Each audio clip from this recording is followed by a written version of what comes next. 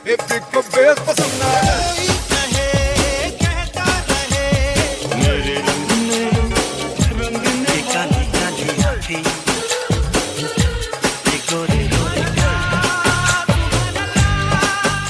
this is Asim. This is Sujoy. This is Amrita. And you're listening to Khandan, a Bollywood podcast about the three main Khans of the Hindi film industry. Amir, Salman, And Shara. Hi, you're listening to Khandan, a Bollywood podcast regular feed. Thank you so much for your support over the years. We now have a Patreon channel with bonus content and exclusive merch for those of you who would like to support us. Every dollar goes towards creating more and better content. Visit us at patreon.com/Khandan podcast. Hi and welcome to a new episode of Khandan Podcast. My name is Asim Bernie and I'm joined by my lovely co-host Amrita. Hey Amrita. Hi, Asim. Sujoy couldn't make it. He's in India, but we have an amazing guest with us. Our friend, like the best account to follow on Bollywood, Get Filmy. Hi Shakila. Welcome back to the Khandan. Hi, Asim. It's so good to be back. I really missed being on this podcast, talking to you guys. We've been talking about how we need to get you back. Every time that you go off it, we're just but when are we getting Shakila back? Yeah. I mean, I listen to you guys. I mean, I go on these binges of when I'll listen to 5 or 6 episodes in one go when I have the time and I'm in the mood. It's really, it's just like hanging out with friends, honestly. I'm sure that's how most listeners feel with your podcast. That's why it's the number one everywhere, which is amazing. But you are literally hot take Twitter, right? That's who you are. The hottest take. I try because it just gets so annoying when more and more as people find success online, you get less and less honest opinions, right? Everyone has something that they need to be careful about what they say. So literally all that's left is the fans who will say whatever they want, to get and of course fans have their own bias, but which is why I'm okay, let me be the Bollywood oracle. I don't know. Yeah. So we've got a ton of things to talk about. Our main part is we're going to be talking about Farzi, the Shahid Kapoor streaming show on Prime. Shahid Kapoor, Vijay Sethupathi. I mean, I gotta say both of them. And then we're going to be talking a lot about the romantics. If you are a Patreon subscriber, you'll get a longer version of this episode where we'll be talking about some of the new songs and the trailers that drop. So if you want to listen to that part, sign up from $1 and then you can kind of, get the full version of this episode. But Amrita, we want to plug something first, right? Yes, we want to plug actually 2 things. One is our newsletter, which we've mentioned in our earlier episodes. The first newsletter should be in your inboxes this week, right before this episode drops. But we are trying to get people to subscribe to our newsletter because we have a bunch of plans for it. So for this month, we are giving away 2 copies of the Bones and All Blu-ray starring Timothée Chalamet. It's already with Asim, and basically we're going to be choosing 2 listeners from the people who subscribe to the newsletter, and then we'll ship it worldwide wherever you are. And then basically the idea is that the newsletter is going to be a place where we can advertise our giveaways because we get a lot of those. And sometimes they're Bollywood themed, sometimes they're Hollywood themed. It depends on what PR people are sending to us that particular month. But also it's a great way for us to streamline our meetups because we've been doing that we've done a couple so far, and we've had other people ask about organizing it in their own towns. And that leads me to our second plug, which is that we are having a big London meetup with all 3 of us, Sujoy, Asim, and myself. in April. So we're not yet sure if it's going to be Sunday, the 23rd of April or Saturday, the 29th of April. We are still sort of debating the dates and everything. But yeah, it's going to be, I think, probably like the only movie that's going to be out then is Ponniyin Selvan 2. But we might watch a movie and then have a little bit of a live recording maybe. Maybe it just be like, what we've done before, which is that we all just sort of gather and hang out. But yeah, all three of your favorite hosts, that's us, in case you were wondering. But all three of us will be available, and it's just, fun time. So if you want details on that, or if you want to arrange meetups in your own city, etc., then please do subscribe to our newsletter at khandan.substack.com. And we promise that we're not going to like bother you and like send you like stuff that you don't need all the time and like clog up your inbox. It's not going to be that kind of a newsletter. It's just a more streamlined way for us to be in touch with our listeners, basically. Yeah, it's going to be super exciting. Shakila, I'm so sorry. Are you thinking of joining us in April? Are you flying out to London just to meet us? No, unfortunately, London this April will not be happening. Yeah, I mean, I would have loved to. It would be amazing, but it's a little like it's too soon for me this April. Yeah. Wouldn't it be awesome though if we could like just travel all of our friends together and like just hang out like basically what this podcast has become, but we do that in real life like actual people. That would be so good. Yeah. So let's get into the show a little bit. The show we watched, you and me, Shakila, and Amrita, you didn't get a chance to watch, is Farzi, right? Yes. Amrita, how come you didn't watch it? I thought you were super excited. I had a friend in town all of last week. She literally left last night. So I've just spent, and I needed to watch Jab Tak Hai Jaan, like I hadn't watched it. And that's a long movie. So It is. So that's how I spent my morning today. So I didn't get a chance. And I didn't want to rush through Farzi because I've heard really great things about it. And I want to like enjoy it. And I don't want to watch it like homework. Right. So I'm going to be watching it right after this podcast. So maybe I'll tell the Patreons like what I felt about the series later. Good idea. Shakila, what did you think? I think we were talking a little bit about it on Twitter, right? And I think we had like a bit of a difference in opinion about the show. But what were your thoughts on Farzi? Yeah, I think it's what Amrita just said right now, which is that she doesn't want to rush through it or like watch it like it's homework. Like I have to watch it because I have to review it. I really think that's not like, it's hard to enjoy this particular show with that mindset.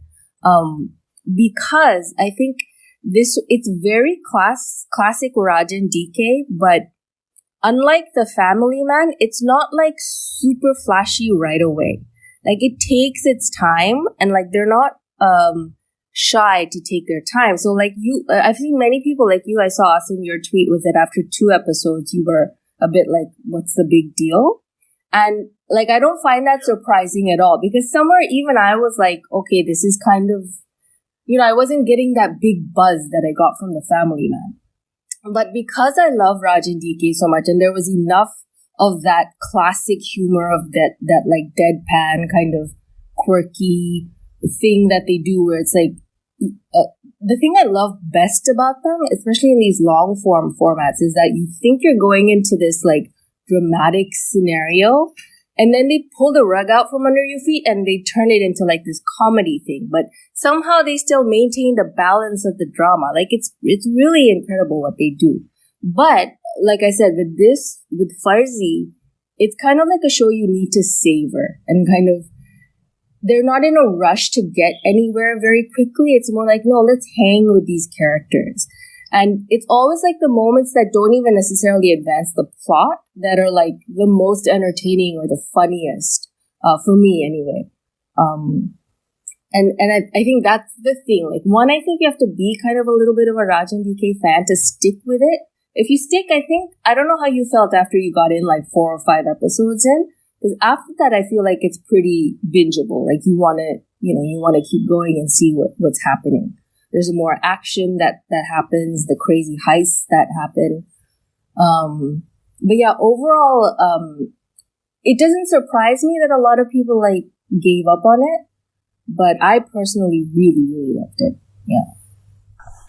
As usual, I form my opinion without watching the full show, and just like me. And honestly, I think what you're saying is correct. I think it starts much slower than The Family Man does. It takes a while to get going, but at the end, it did win me over. And I think it's because of Raj and DK's persistence to be Raj and DK the whole time, And I think that really wins me over, because I had really high expectations of this huge casting coup that they have of, Shahid Kapoor and Vijay Sethupathi, like first time streaming, first time together. And I was kind of hoping that there would be like a quicker clash between these two, character actors. And I think Raj and Diki are very in control of the storytelling, and you need to have faith in them and where they're taking you. And at the end, the ride is actually quite fun. But at the start, you just cannot. I was having trouble because I was making these comparisons with Family Man, and it's very different.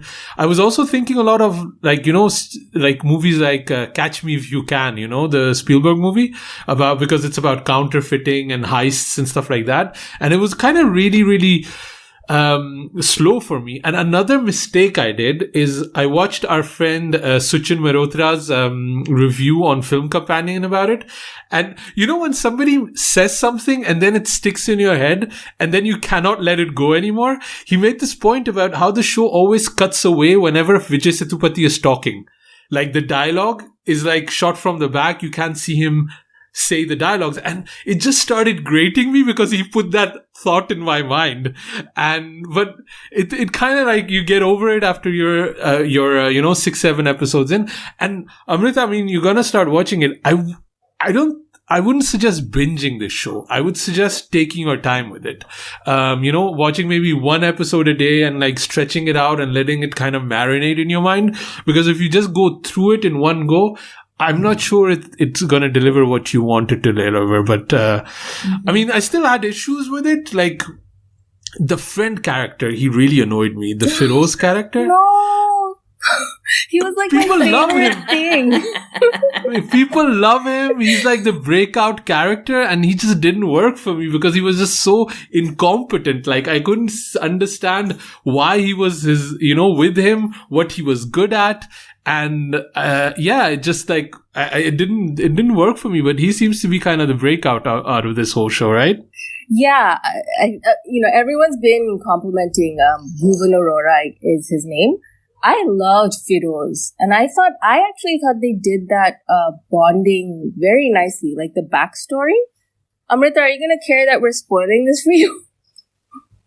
Not really. Like, I don't really mind spoilers. I mean, well, I won't go too much into it, but they did establish the bond in that backstory, right? Like, it's just, they're just together, and it's like an old school Bollywood dosti, like, exactly. I'll do anything for you, I'll die for you.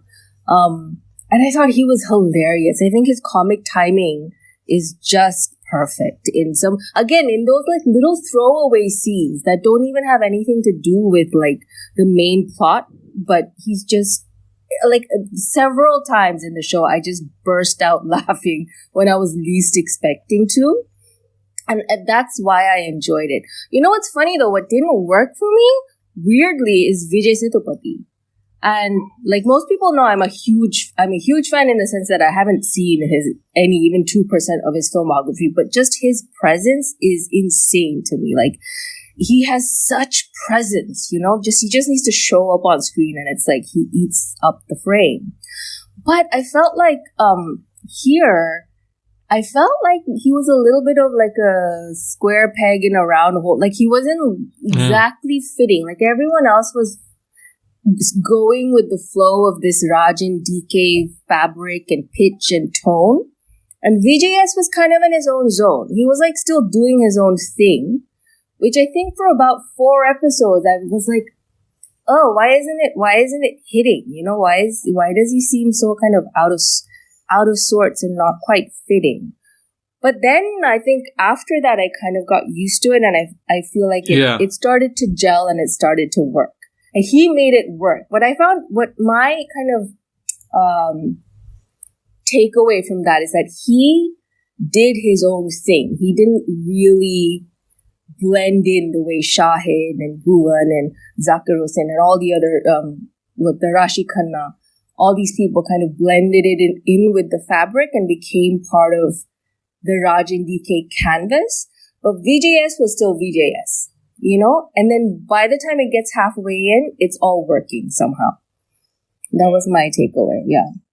Rashi Khanna was the standout for me. I thought she was really the MVP. I loved her. And apparently I've seen her work, but she never stood out for me as much as she did here. I was going, like, I was like, is this a new actress? I had to go to IMDb, and she's been acting for a long time, and I've seen her work before. But the way she stands out here, I think she's like probably the best part of it. I think the problem with Vijay, and I think I have the same problem with Shahid's character, I just don't understand their arc as a character. Like, you know, like Shahid, he wants people to see his art, and I don't think that's anywhere reflected in the show. But then he also has this thing where he wants to fall in love and be with girls, like he'll give everything up for girls or something. Like his Firoz kind of says that, and I didn't see the basis. Also, just his styling, like he looks the same when he's poor or he's rich. He just looks cool ass sexy Shahid, and I just thought that was like kind of weird that they don't kind of upgrade him when they become like literal millionaires. And also same thing with Vijay. Is like he's a divorced dad and he's an alcoholic, but he really loves his son, and I don't know why. Like I didn't see any love with that son. Like that son, like just look like a little dweeb to me, you know. So again, like these are like very stereotypical characters, but I don't think the arc of the characters was really well done, and I think that's where it took me a while in the show to kind of get engaged, because the main two characters aren't really working, but all of the supporting cast is so good, and those are the real characters. Like Zakir Hussain, you're saying, he's like pretty amazing in this. He's so funny. And a very different kind of corrupt politician he's playing, right? Like we've seen that archetype so many times before, but they do something interesting with it. Even Rashi Khanna's character, it's like a go-getter girl, but I think there's something fresh and new in it, where I didn't feel that with the main characters, why we're signing up to the show. I really loved I was very surprised with the dating scenes, like the faux dating scenes with Rashi and Shahid. I thought they were so, like, because I'm very picky about how romance is portrayed, especially in like Hindi films, shows, situations. And like it's either too like clinical and they take all the romance out of it, or it's too cringy. But here I felt like they struck the balance so nicely for it to be like this modern dating situation, but it actually was it was warm, you know, and it was fun and it was things. So I was really surprised to see that from Raj and DK. So I thought that chemistry worked really well. And then, of course, the banter between Zakir Hussain and Vijay's character was just, I mean, it took me a bit to warm up to it, because people were raving about that from day one. And I was like, I don't really see it. But then by the time it gets in, like I said, 4 episodes in, it was like the funniest thing. What Raj and DK really do well is how well they ground the show in reality. I was like constantly checking, like, is this based on somebody? Is this like a biopic or something? Because everything feels so real. Yeah, like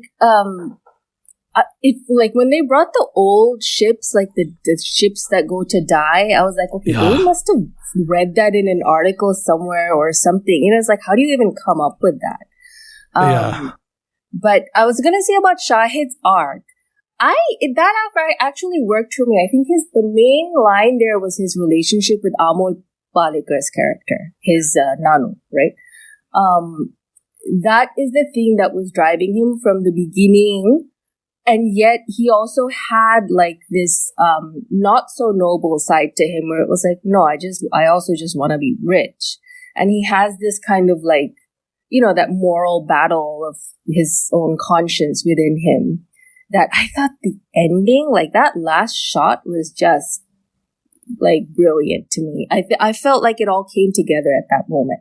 Otherwise, yeah, I mean, you're right. It's kind of like, okay, what does this guy want? I don't get it. He's like up and down, you know. He's sentimental about Amul, his Nanu at one point, and then he's like off with much. Oh, can we talk about KK Menon? Hello. Yeah. Oh my god. How hilarious. That's what I'm saying. It's all the supporting cast is so good, right? KK Menon is amazing in this. So flamboyant, so good, so hilarious, but also so menacing. Again, that fine Raj and DK balance where they just know how to juggle all of that like so perfectly. Amrita, where do you stand on Shahid Kapoor? I don't hate him, but am I going to go out of my way to see something by him? No. When I was speaking with Shakila about it, like somewhere he lost me as a you know, somebody who looks forward to his work, and I don't know exactly when that happened. And he just everything he does now seems very fake to me on screen. Like nothing works. Even like the way he says Nanu annoyed me. Like, it was like all of these little things. Like, he keeps calling Amol Palekar Nanu, and it just annoyed the crap out of me. And it's not normal. Like, these are not feelings I usually have. And I remember I used to be really excited for Shahid's movies back in the day. And somewhere he's just kind of lost me. I don't know where it is. And I was really wondering if he can even do a streaming show. So I can't help you with that. I see, like, I thought he was excellent in Jab We Met. I thought he was pretty good in Heather. I really enjoyed him in Kamine. So there are like certain performances that I really enjoyed of his, but yeah, that's pretty much all I can say about him. Yeah, Shakila, you were going to say something? He's never been an actor that I look forward to or that I'm excited about in any way, shape, or form. I've always said, like, he's solid. He's a solid actor. He's a reliable actor. But he's just something about him is just bland and like very milk toasty, like vanilla. Like you just forget about him somehow. Like he does the job and then like he leaves your mind, you know? I don't think he ever does a bad job necessarily. I don't know that he's been like terrible in anything.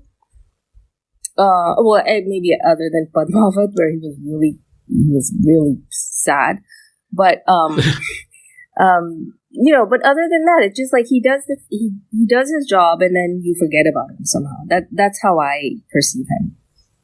Yeah. So it took me a while to kind of get into the character, but when I latched on to the story and, you know, Raj and DK's rhythm and the supporting cast, the show actually really worked for me. And I do think the ending is really, really good. So if you make it till there, it's kind of worth the ride. Yeah. So is it set up for a sequel or is it like one and done?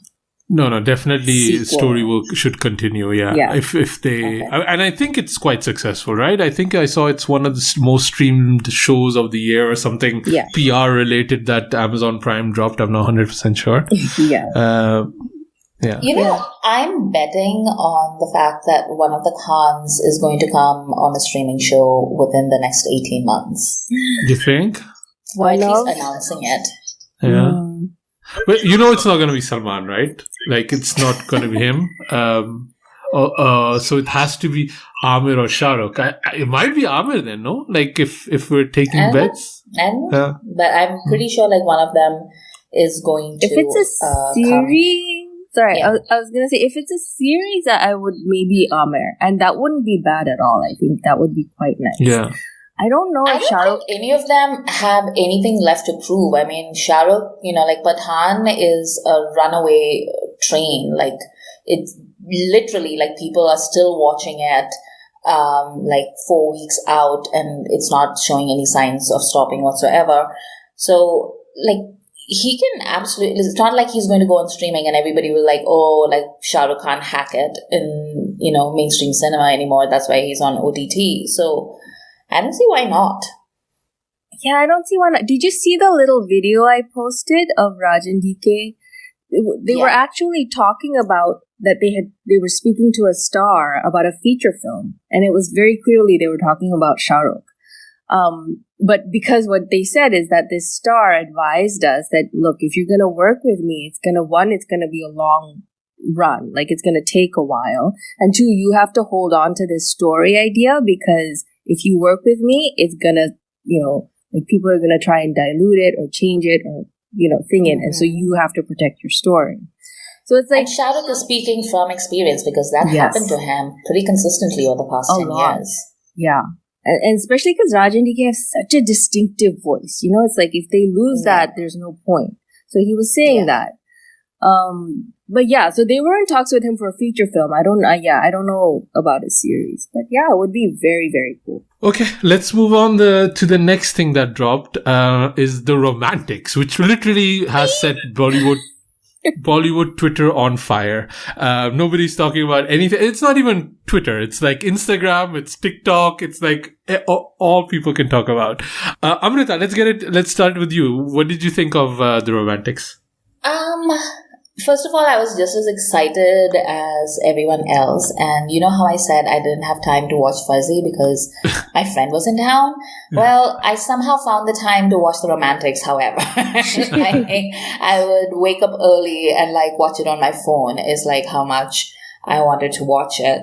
I kind of feel stupid a little bit because I honestly thought that this would be more Yash Chopra focused. And obviously, it was more Adi Chopra and YRF focused, which makes sense. This is a PR exercise. I can see it. It's a very skillfully executed PR exercise. But it is, as always, with anything that is classic Bollywood, and you don't get more classic Bollywood than YRF, let's be real. It's very interesting. It's almost more interesting to see the reactions to the series than actually watching it. Although the series was great, with everyone else, I'm also where is Rekha, where is Wahida Rahman, where is Shamla Tagore, where is I want to see more of Juhi. Why was Amir there? Amir just showed up to just say that that he was a nepo baby and then he disappeared. I really felt bad for Shah Rukh, that part where Yash Chopra has died and the other guys talking about I lost my father, and Shah Rukh says I lost my father as well, and he's they don't focus on Shah Rukh, but they're just showing Shah Rukh on the couch and he's just very anxious and sort of twisted over, and I'm how many times are people going to ask Shah Rukh to talk about his grief when he really doesn't want to talk about it? But it seems every year, someone or the other will come and poke at his wounds, and I just felt really bad for him. And also, it was really great to hear Adi Chopra actually talk for once, because my God, so much makes sense now. I mean, we'll come to that in a bit, but yeah, I have a lot of things to say, you guys. Shakila, you go, and should we decide which accent we're doing this review in? I thought that was such a cool way for Uday to start. I mean, I love him. I love him too. Yeah, I love him too. But I mean, listen, the fact that he had so much footage in this documentary, goes to show what they were really kind of aiming at, right? It was really Uday and Adi and the family, a lot of time was spent on that. So I guess, even though a lot of us were hoping for, Yash Chopra and his early films, that was just really just the introduction to the whole journey of the brothers, possibly. But yeah, like I said, I watched it twice, and it's so moving. What struck me is those interviews that Shah Rukh was doing with Yash Chopra at that, what was that, Yash Raj Film Festival or something? No, it was the promotion for Jab Tak Hai Jaan, right. And this is because I remember that interview while I was watching The Romantics, and as soon as I finished watching The Romantics, I went and watched the entire interview, which is on the YRF channel, because that was a good interview. Did you see Shah Rukh's face when Yash Chopra said he's not directing anymore? Shah Rukh, when he holds his grief, he does a thing with his mouth, and it's The thing is with Shahrukh, we know him so well. We've literally spent halves of our lives like watching the guy on screen, maybe even more. Like everything he holds into, like you're saying about, like the romantics didn't explain what he meant with, I lost my dad, but we know what that means, right? Like if you are an outsider watching that documentary, it's just like a throwaway line. But for us, you know what that means, and you know what that mouth twist means for Shahrukh when, Yash says, I'm not going to direct anymore. I broke my heart. It was so sad to see that. No, I like literally teared up both times. Like, I'm like, why am I crying? Like, literally, like for Yash Chopra, really, it's like, and again, you think about like the role art plays in your life, and like these movies, these images, this man and what he stood for. Like, even now, I'm not lying, guys. Like, I am getting emotional. Like, I don't understand. Like, what is this relationship? What's it called? What's the term, Amrita? Parasocial relationships. That thing. It's quite amazing. I just love that on Twitter, everybody was feeling different emotions about this documentary. Like, but overall, it was love. But it was like, why didn't they focus on the music? Why didn't they focus on this? Why did they like, here are 70 screenshots of movies with Shahrukh. There are 50 threads with Yash Chopra talking about women. It was everybody talking about different things, but like, the love that was there for, this, I think it's not even Yash Raj. It's not even, the studio, or Adi Chopra. It's about Bollywood. And I think that feeling of love is something we were missing. And there's no better summary of Bollywood than, YRF is. Although, if you look at all of the movies, not all of them have worked for me. Even Yash Chopra's film, it's not like all of them are my personal favorite films. Like was it Uday or was saying about Chandni? Shahrukh was saying about Chandni. I had that same emotion. My sister used to put No No Churiya on all the time, and it used to annoy the crap out of me. I don't want to watch it. I want to watch Dishum Dishum, But, it just has such importance for so many people. And it's interesting also that we had, Cinema Marte Dam Tak like 2 weeks before that released. And it's like seeing both sides of the film industry, like the glossy money side and then, the no budget kind of side. But overall, there is still such a, love for Hindi cinema, which I think is really good. And I also just like the fact that, documentaries are getting kind of more of a kind of a spotlight on them, because it's literally my favorite thing watching documentaries about movies, and I don't feel there's been that many good ones out in Bollywood yet, and I think this one was pretty damn amazing. Even though what Amrita you are saying, it is a very controlled PR piece, right, to shape the narrative, and the movies that they chose to talk about, the movies that they didn't talk about. Also, like, I felt it the strongest in episode 3 when it's directly addressing nepotism. Because that's kind of the nepotism episode. And I feel that one was very crafted and put together as kind of putting a narrative in there and kind of putting Uday Chopra as, like throwing him a bit under the bus, like, see, we didn't make him happen, so we're not that bad, are we? But I thought it was really well done. Like, I don't think I can't say it's negative, but Shakira, I remember you were saying that, the PR piece is a bit overblown, like that it's a PR piece, that take is a bit overblown, right? Yeah. I mean, obviously it's produced by YRF Entertainment. It's not gonna be like the dark side of Adi Chopra, like, obviously there's a dark side, like whatever little rumors here and there. This is why I want to hear what Amrita thought about Aditya Chopra, really, because, like she said, it gave a lot of insight, even though it was like candy-coated and rose-colored lenses, but it still gave a lot of insight behind this man and how YRF works. I wanna hear what Amrita thought about Aditya, actually. Well, one is that it really came across that this is a man who has like a singular vision for what he wants to achieve.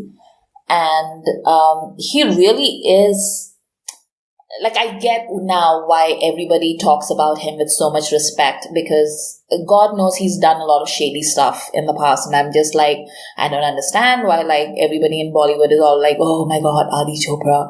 But then you hear him talk about it, and he really is like, like one of those charismatic startup leaders who have like a vision, and not just a vision, but also have an idea of how their particular idea fits in to the mosaic of like what's happening globally. And I can only imagine like how difficult it must have been for him to get YRF to the place where it is now, compared to the kind of industry that his father made his bones in, So I think that the documentary did a really great job of showing that these kids, Uday and Adi, and them growing up in a very particular kind of Bollywood that doesn't exist anymore. All those photos that they had of the birthday parties and everything, like that was really cute. But it really tells you, like, I had no idea Kunal Kapoor was, like friends with all of them, but I guess like he went to school with Hrithik, and that's why he was invited to all the filmy parties. So that was one thing. Like, I understand now why Adi Chopra is the sacred fawn of Bollywood.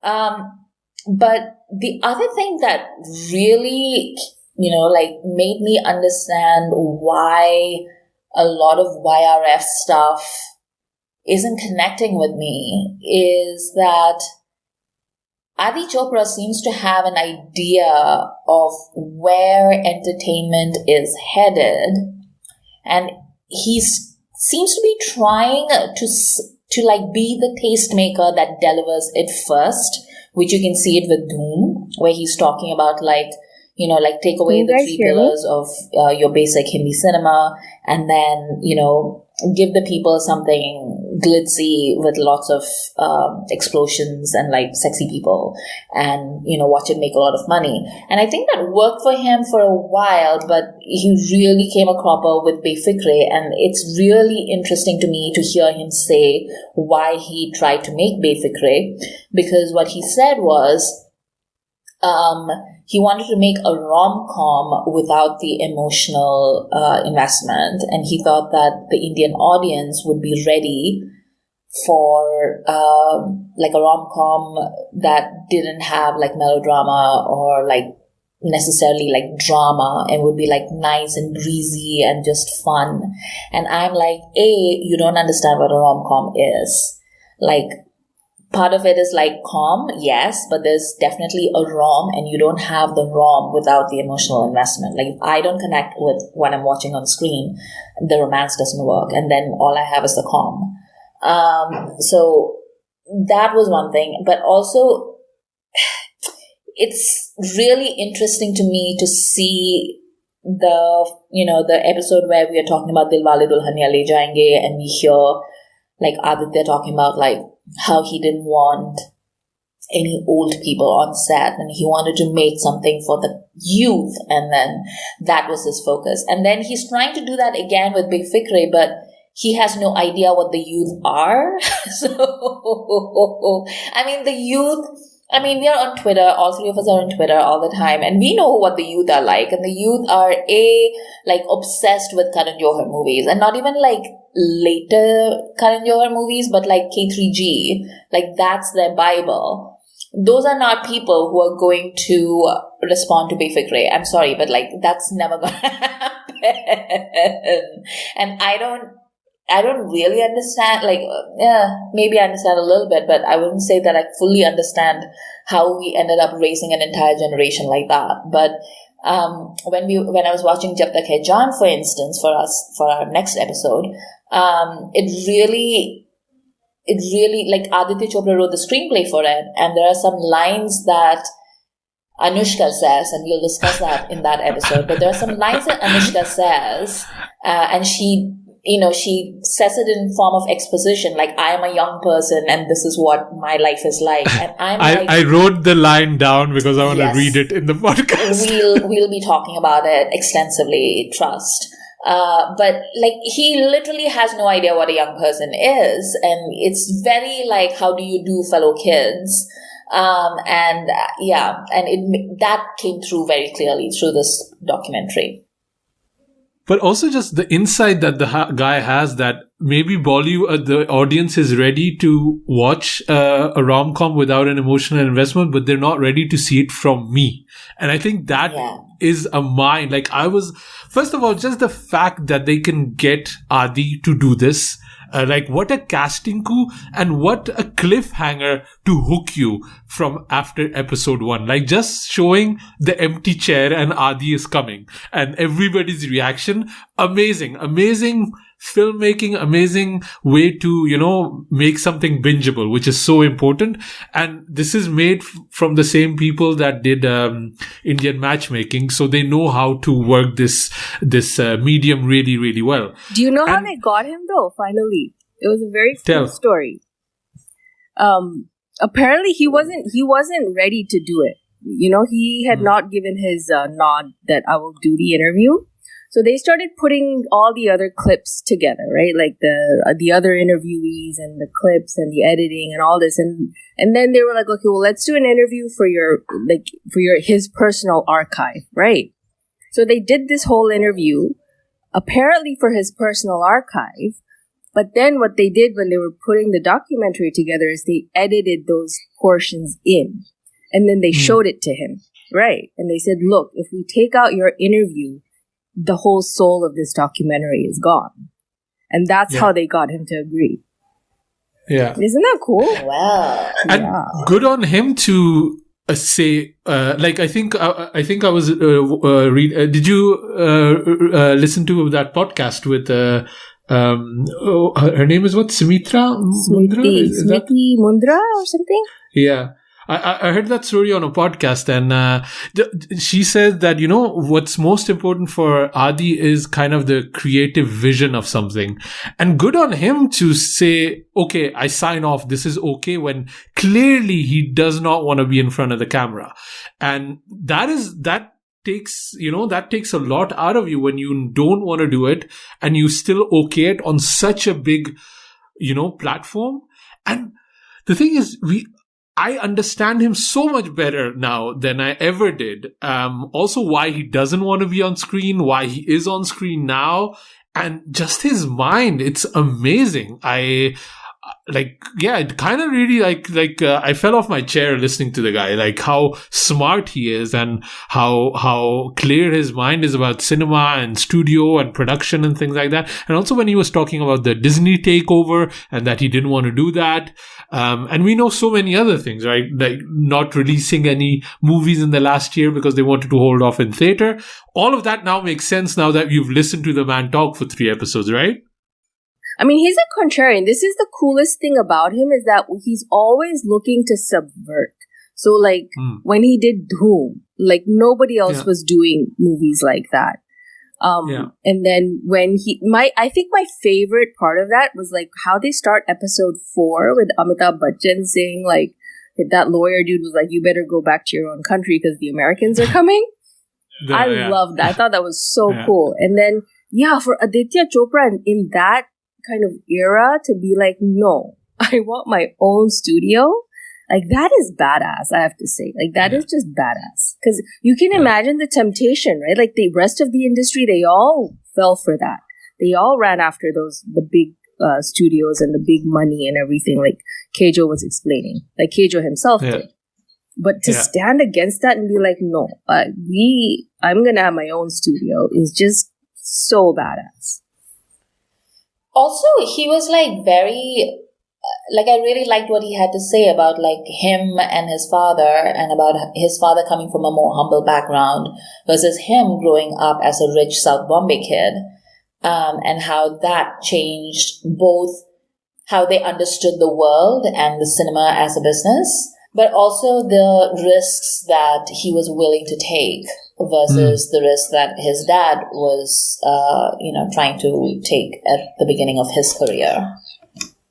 And again, also the insight that he says, I'm a rich kid, I'm okay with taking those risks. Again, like an insight to himself that I feel a lot of people don't necessarily have, that kind of thing, What were the things that you wish you saw in the documentary that you didn't see, for example? Amrita, anything that you had that you were like, I wish I saw this and it wasn't there?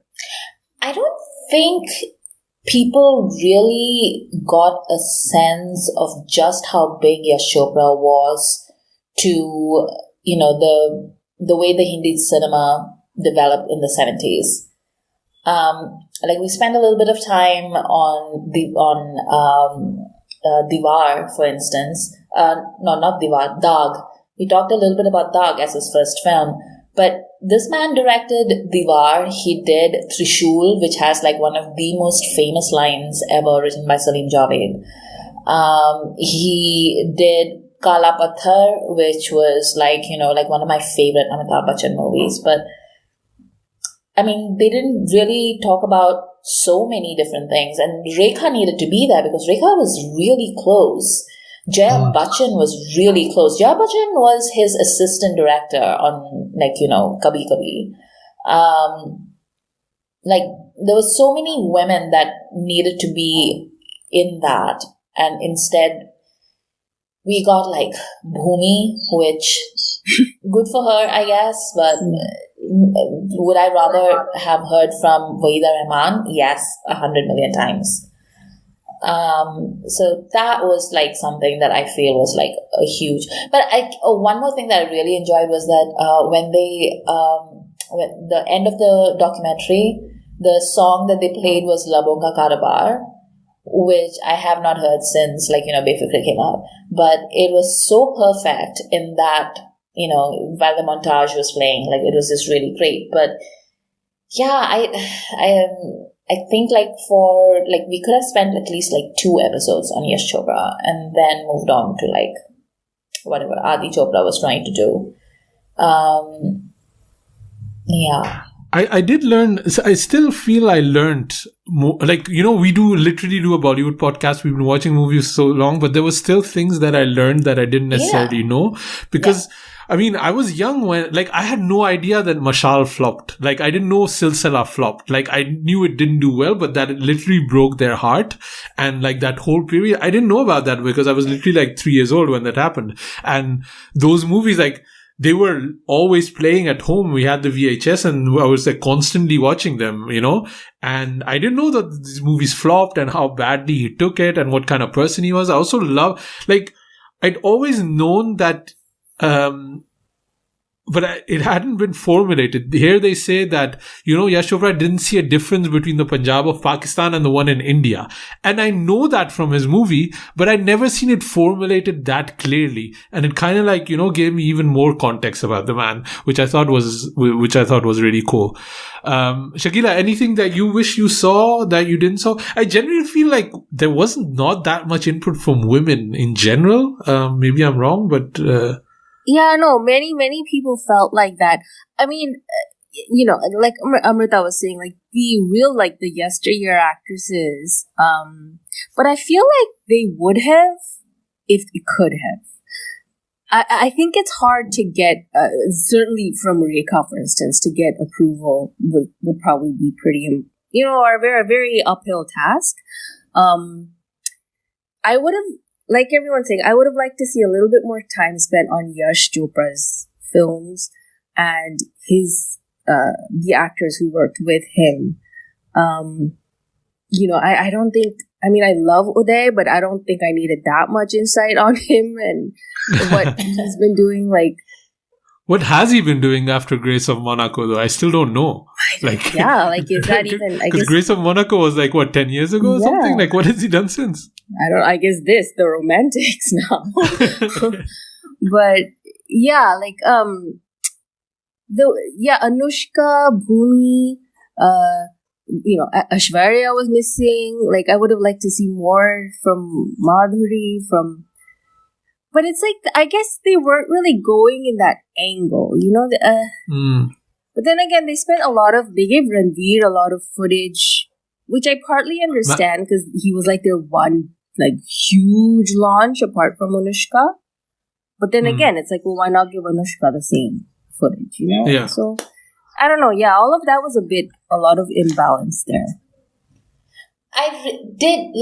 So Rani being there was a little bit weird to me. Like, she, I get it. Like, she's Aditya Chopra's wife. She was in Bunty or Bubbly. She's very much part of the, like Yash Raj as a studio sort of emergence story. But it was just really funny because she never worked with Yash Chopra, like she was never a Yash Chopra heroine. Katrina was. Veer Zara. Oh, but that's not. Preeti was a Yash Chopra heroine. She was, true. She was just there. But, like she was, Katrina was the last Yash Chopra heroine, and we'll again talk about that when we talk about Jab Tak Hai Jaan. But Katrina got to speak like 2 lines. But the thing with Rani, I think that why they position her, besides that she's the wife, I think she's the one that's worked the most with the Yash Raj as a studio.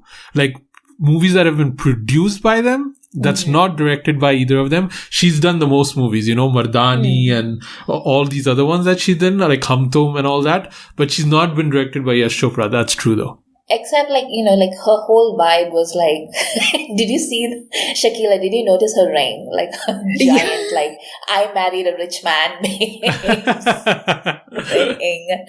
It was hilarious. Like there she is sitting in that very like filmy study sort of a thing, and then she has this Mount Rushmore on her hand. It is a total vibe. Like I just laughed every time she came on screen. But also they didn't interview Arjun Kapoor and Parineeti Chopra, and they were like major launches. Right? Arjun was a little bit in it. Yeah, what happened to Vani? Yeah, like Vani was such a big deal for YRF, and I feel like for Adi Chopra especially, because they really were like hanging on to her for what, I mean, I don't know what they wanted to do with her, but they were really holding on to her. I mean, there's probably a bit of a story there. Oh, well, yeah. I mean, yes, absolutely. It was very like, making fetch happen with poor Vani. Yeah. I think they wanted to position her as the new Katrina. I think that's what they were hoping for, and I don't think it's happened, unfortunately, for her yet. So, yeah.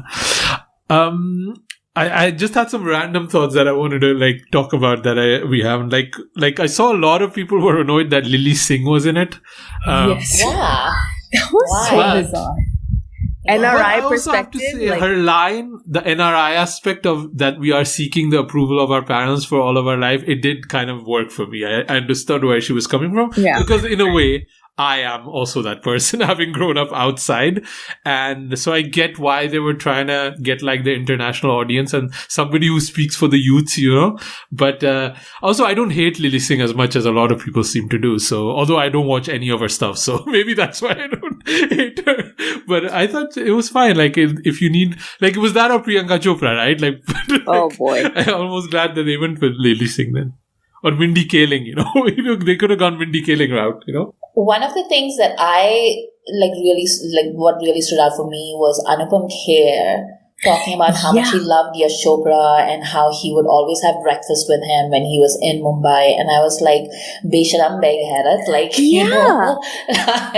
I was honestly like, what is wrong with you guys? It's like you're like this, in this interview, and you have all these warm relationships. Like, he does it with Shah Rukh too. And it's like, dude, what is your problem then? Like, I don't understand. Like, what is the dynamic there? This two-facedness, I just don't get it. I can't stand them. Yeah, how do they compartmentalize those things, right? Like being with these guys and then just being a hate monger on the side. Like, it's my side hustle to just spread hate, like, I don't know. Yeah. Also, what I thought it was interesting, all of the names that have just kind of gotten lost in the hustle, like Kunal Kohli, Sanjay Gadvi, these kind of names that were like, he made f***ing Doom, man. And we get to interview Vijay Krishna Acharya, but not the guy that actually made Doom. It was just like a weird kind of thing that, there was a lot of trials and error. Like now it seems like a polished, finished product, YRF, but we had Parampara in between, right? Like there were a lot of messy years. A lot of messy years, a lot of flops as well. I mean, that's one thing I missed. I wish they'd they kind of did it for like, I guess that with the 2007 and 8, which was really just leading up to Rabne. But I mean, they have a lot of misfires during that period, as well as like obviously, I mean, I guess this year was too soon for them to cover, but like even in the middle there, they had a lot of like mediocre kind of mid films that weren't doing so well. And as the representative of the Salman Collective, I have to say, major disrespect to only give him literally one line. Even Salim the man gave Hollywood Marigold. Put some respect on his name, first of all. And then secondly, he literally saved YRF with the Tiger franchise, right? So maybe he's not the greatest of interviews or something like that, but like literally one line, like that was I felt a bit cheated there. Like Salim Khan got more lines than Salman. Yeah. He got 2 lines or something. And one of them was, "Don't ask if Salman is going to get married." Like, hello. Nobody would want to do that anymore. Yeah, nobody cares. Like, we've moved on, and also, want to shout out Anushka Sharma's dress. I thought that was like the prettiest thing I've ever seen. I don't know anything about dresses. I don't know if it's nice or not. I thought she looked radiant in it. Whatever that shiny thing she was wearing, I thought she looked amazing in it. Yeah. But yeah, any other things? Any random thoughts? I have a what's up with Ayushmann Khurrana's hair. I don't know why I wrote this down, but it seemed like he was, like Legos have that like hair that you stick on top of the thing. That's what his hair looked like. But anyway, he's sweet though. Like you can tell, like the love. Even Ranbir, like when Ranbir was describing watching DDLJ, like it felt like Disneyland. It was like, yes, a lot of the Yash Raj films, for me, the old ones, like Lamhe, Dil To Pagal Hai, like that era was like, I don't know, I'm watching some magical thing that like feels like Disneyland. He hit that on the head. And then like Bichari Poonam Dhillon, like what was the point of they didn't have Rekha, but they had Poonam Dhillon. Rishi and Neetu also kind of like got to me watching them together. Yeah. Like I didn't expect it, and that was kind of sweet. Yeah, Rishi was very bittersweet. The thing with Rishi is though, like he will tell you the truth as he remembers it, and he will say it even if it casts him in a bad light. So when he's talking about like how he really didn't want to do Kabhi Kabhi, and then like Shashi Kapoor, like twisted his arm, and like now he's very grateful, etc. Like like that's a classic Rishi Kapoor move where he's just like, this is exactly what happened.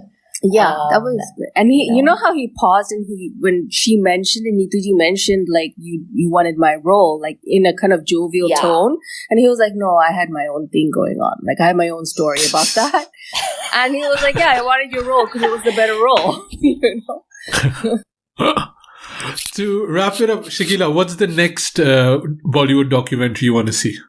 I want to see like The Romantics Part 2. I want them to go into a deeper dive with this. Yes. Like the early years, I don't know, just something like go deeper, interview the right people, interview the writers, the directors, the technicians, all the actors. YRF is actually really good with their behind the scenes things. Like they've got a great archive. They've been doing it since DDLJ, I think, and it's all gold. Like even with Pathaan, like that came out just now, like it's really great. It's just fun to watch all the BTS stuff. So they can. I love how much they respect their technicians. Honestly, like Pathaan has been great to see with that. How they just pushed forward their technicians as like the post-release marketing. Just really nice. Yeah. Amrita, which documentary do you want to see next? Like what Shakila said, like I want to see like other stuff. Like this is like if you want to remind people what Bollywood is, like just do another series of this. Maybe do one about like their music. like just talk about like how YRF, I think like the two studios that, well, no, Navketan as well. I would say like the three studios that have been like really influential in shaping Indian film music is Arki Studios, Navketan Studios, and Yashraj Studios. And I would love to see somebody just, or the same people, talk about all the music because it's a very specific, like Yash Chopra had a very specific idea of the kind of music he wanted in his films. Yes. And that is what, Aditya and Uday were also talking about, like how they had a music room and, it was very involved. The whole family was very involved in what the sound was going to be, etc. So yeah, I would love to see something about their music. And sorry, also, what's Navketan? Which studio is that? Navketan? I don't know that. that's the Devanand and his brothers. Oh, right. Yeah. Okay. Yeah, I'd love to see like a Dharma version of this. I'd love to see a Subhash Ghai version of this. There's a lot of other ones that are, even in one of our RK studios would be great. And I think they probably also have great archives that we would want to watch. Yes. So those could be like some good ideas, but, Dharma won't work because Karan is too overexposed. Yeah, that's what I was thinking. Also, they don't have an archive, right? They don't have like Karan and Dharma. Yeah. I think I saw a lot this take about like people were feeling sad about RK Studios being left behind, like it didn't, reach what YRF did. I think for very clear reasons. I understand why, yes. But it is still sad that it was such a big studio. Yeah. Yeah, like that's absolutely. It's crazy that that legacy is kind of, in terms of production and film production, is not going anywhere. I guess the actor line will continue. Yeah. But yeah, in terms of filmmaking. Because who owns it now? It must be Ranbir, no? Ranbir should probably. I remember something like he was living at his granny's house and he was kind of taking care of it or something like that. That was between the breakup with Katrina and that was ages ago. The got studio burnt down. Yeah. That's when I think it was like kind of the end. Like, nobody thought to like, okay, let's try and preserve it or rebuild it or anything. They were like, okay, well, it's gone. And it was so. That was kind of heartbreaking and disappointing. Yeah. Okay, let's wrap it up. I think we're going to continue talking about it, but this is it for this episode for the people that are not on Patreon. I think next episode we're continuing our Yash Chopra discussion with his last movie, Jab Tak Hai Jaan. Shakila, Get Filmy, where can people find you online? Just get_filmy on Twitter. That's all I've got. Amrita? You can find me on Twitter at AmritaIQ, and don't forget to subscribe to our newsletter at khandan.substack.com. And we're also on Instagram and Twitter at Khandan Podcast. Yeah. And so we are doing a giveaway on the newsletter. And I want to actually say this. Normally, these giveaways are only for the UK only. But since we have Patreon, we can now send it further along. So these are the benefits. If people sign up to Patreon, it gives us the support that we can start doing these kind of cool things, like the giveaway, making it international, or having like a meetup in London. So sign up from $1 and get a longer version of this episode that you just listened to. And otherwise, drop us an email at youpodcasting@gmail.com. Leave us a review on Apple Podcast. And thanks for listening.